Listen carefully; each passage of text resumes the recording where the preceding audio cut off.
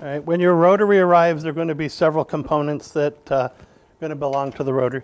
These are the mounting brackets that mount inside the frames of the printer.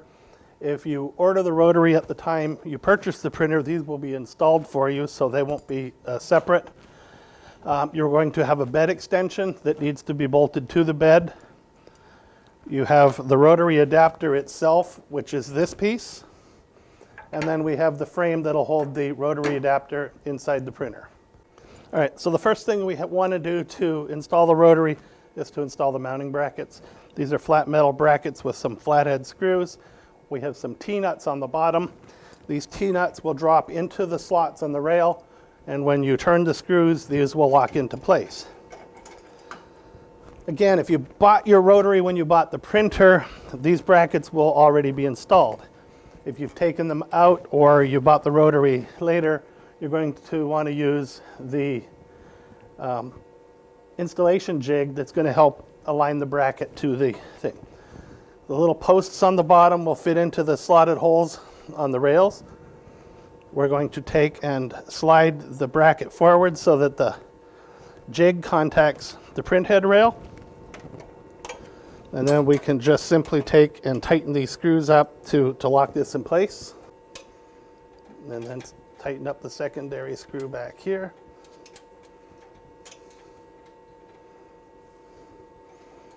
And you're going to go ahead and repeat this for both sides of the printer. On these flat brackets, we have one bracket that has round holes and one bracket that has slotted holes. We're going to install the slotted holes on the left side of the printer here. Okay, now that the mounting brackets are installed, the next thing that we need to do is install the bed extension. This is our bed extension that we've used a few times. What we've done is gone ahead and print a ruler on the leading edge. That'll help when you go to align the cup, so I would suggest that you do something like that. We have 4 Phillips head flathead screws that we're going to take, run down through these holes, and attach all 4 screws to mount the bed extension to the bed. So when you install these screws, you want to run the screws down so the top of the screws are completely flush with the top of the bed. If they stick up, there's a good chance that some of the drive wheels will run over top of it, cause the rotary to bump, and you'll have quality issues if that happens. Okay, the next thing we need to do is install the frame. Like I said, the frame is attached by magnets. There are indexing pins that are going to line up in the holes. I will warn you that these magnets are quite strong, so you want to make sure your fingers are not between the magnet and the mounting plate because it will pinch. Move the bracket over top of the hole. As you align it, it'll drop into place. And then you can do the same on the left side, drop the rotary into place there. The frame is in place. Now we can go ahead and bring over the rotary attachment. The rotary attachment will sit flat on the bed extension. The side of the rotary with the 2 rails will go on the outside of the printer. It can be flipped around, and if you try to install it that way, it won't fit. In order to install it into the frame, you're going to simply pull together the 2 T-handle nuts, and then the pins will fit into those indexing holes, and now your rotary is mounted inside your printer. So taking a look at the rotary adapter, let's cover a few of the parts that we have. So these are the swing arms that are going to hold the rotary bracket into place. This assembly here is what we call the hold down roller. There's a bracket here, and we have a spring-loaded roller that'll go inside your cup to hold it down. These are what we call the drive wheels. These drive wheels are what's going to turn your cup. These white wheels up here are what we call the idler wheels. They're not connected to the bed anyway, but they're just free to turn as the drive wheels rotate your cup. We're going to take our cup, want to place it into the rotary. So you're going to lift the hold down roller, slide the cup up. We're going to slide the cup up so that it touches the bracket on this side. And you can see on this end that it's a little too short for the cup to fit in. So we're going to loosen up the thumb screw. We're going to go ahead and move the bracket out so that the cup can drop down. Then we're going to move this bracket in so that it just touches the cup. We don't want it rubbing so that it creates a lot of friction, but we want it close enough that the cup does not have the ability to move left to right. Once the cup's in the rotary, the next thing that we need to do is level the cup. Make sure that this is our imprint area. We want to make sure it's smooth, flat, and level. So we can go ahead and use a level to do that. If we put the level up here on the cup, you can see that this end is very low. We have an adjustment wheel right here. If you turn the adjustment wheel counterclockwise, it's going to go ahead and raise this end of the cup. So as I raise this end of the cup up, you can see the bubble coming into center. Okay, so now the top of the cup is smooth, flat, and level. Okay, the cup is on the rotary. It is leveled. We want to make sure that this drive wheel here, if this is our imprint area, we want this drive wheel to be in the center of the image area. In this case, it's, in my opinion, a little too low. Loosen up the thumb screw. We're going to move the drive wheel up closer to the center of the imprint area. Snug up our screws. Since we've moved this, we're going to go ahead and recheck our level and make sure it hasn't changed. We can stand to go up just a little more. All right, so now our cup's in our fixture and ready to go. The next thing that we need to do is set our print head gap. So with the rotary disconnected from the frame, we can move it back and forth. So what we're going to do is just roll it into the sensor. And you can hear that the bed's going to activate. We want to make sure we roll the cup through the sensor. You can hear it popping as the high spot of the cup passes through the sensor. Once we have our height set here, because we're moving the cups in and out the way we are, most times reaching in to do it, it's a good idea to go ahead and lock the print bed. So as we reach in here to move or adjust a cup, it's not going to change.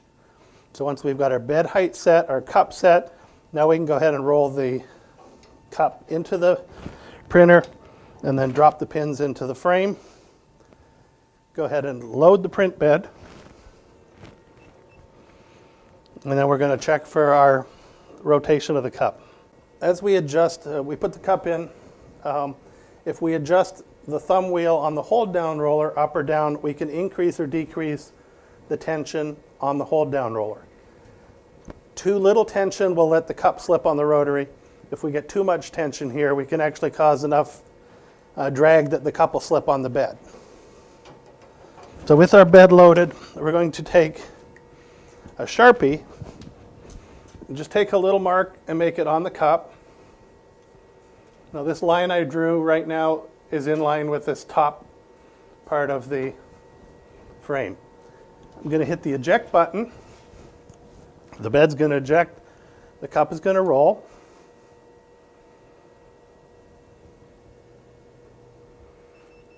All right, after it's ejected, I'm going to hit the load button again. And when the bed fully loads, that line should come back to exactly the same spot.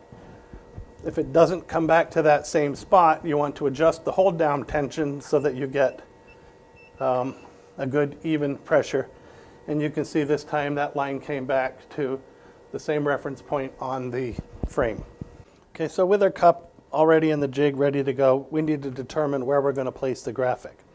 So what we need to do is measure from the edge of the print bed to where we want the top of the graphic to be. And so here I see it about 3.75 inches. So I'm going to bring the graphic into my rip. Because the top of the cup is at the right side, we're going to rotate it 270 degrees so that the image is in the right orientation, and then we'll just go ahead and send it over. Okay, so we've got the job coming over to the printer right now. This is a 2-layer print. We're going to print a white underbase and then our color. When we're printing on cups and they're not completely flat surface, we need to make sure that the bidirectional printing is turned off for all of our print layers, so that would be white and color, both layers in this case. When we're also printing on a cup, you want to run the choke a little higher than you normally would for a flat. Because of the way the graphic sits on the cup, you're looking at the edge of it a lot of times, so you want to make sure that that white's tucked in there nicely.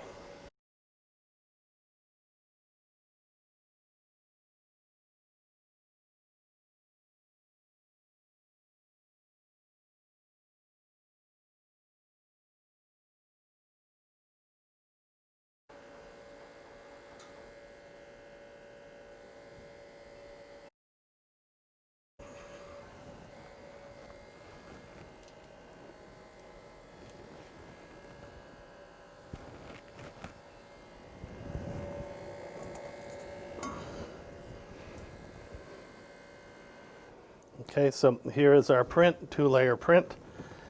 So this is a good example. I mentioned previously that the drive wheels need to be set to the middle of the graphic.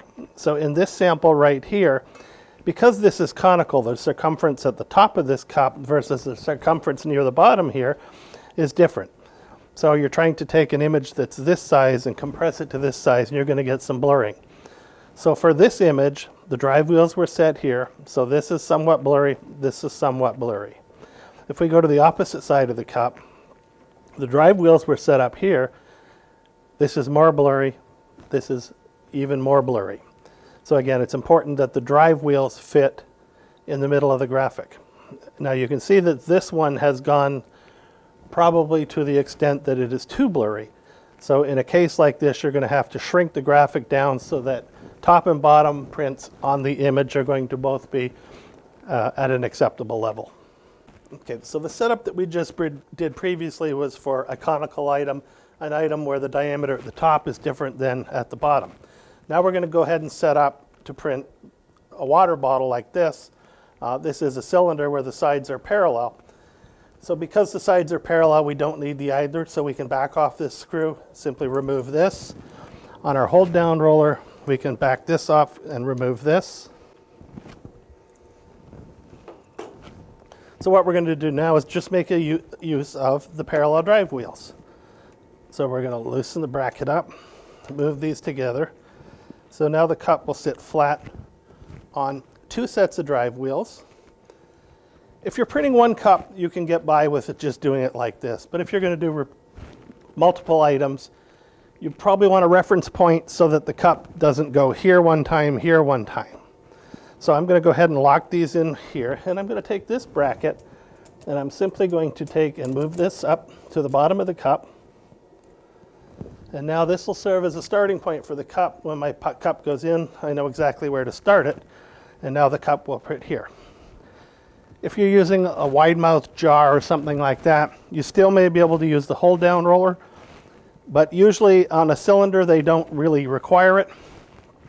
If you have a very lightweight object, you may want to fill it with water to give it a little bit more weight. That'll give it a little more traction on the rotary, and do that. To print this, we're going to go through exactly the same process that we did to print the conical. We're going to adjust the bed height. So we're going to bring the object into the sensor here. Bring our bed up.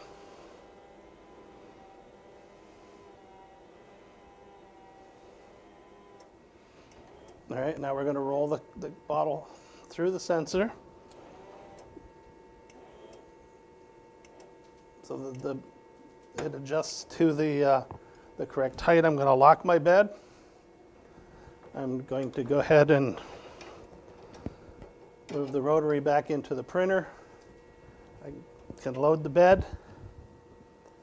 Printing it is exactly the same as printing it on a conical. We're going to use the top is at this end, so a 270-degree rotation. Measure from the edge of the bed to the top of the graphic.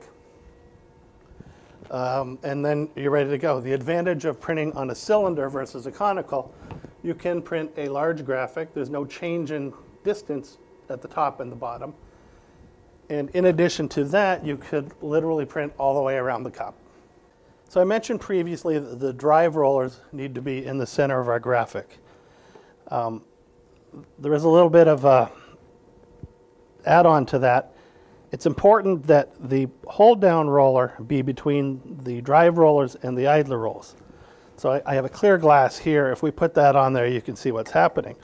So if my pressure is on this end, it's going to want the cup to tilt up this way rather than if the drive wheel is back on this side of the roller. And now I put the cup in here, you can see now that the hold down roller is pushing the bottom of the cup. And now it's going to hold it against these idler rolls down at this end. And now you can level your cup up and you have good pressure all the way around.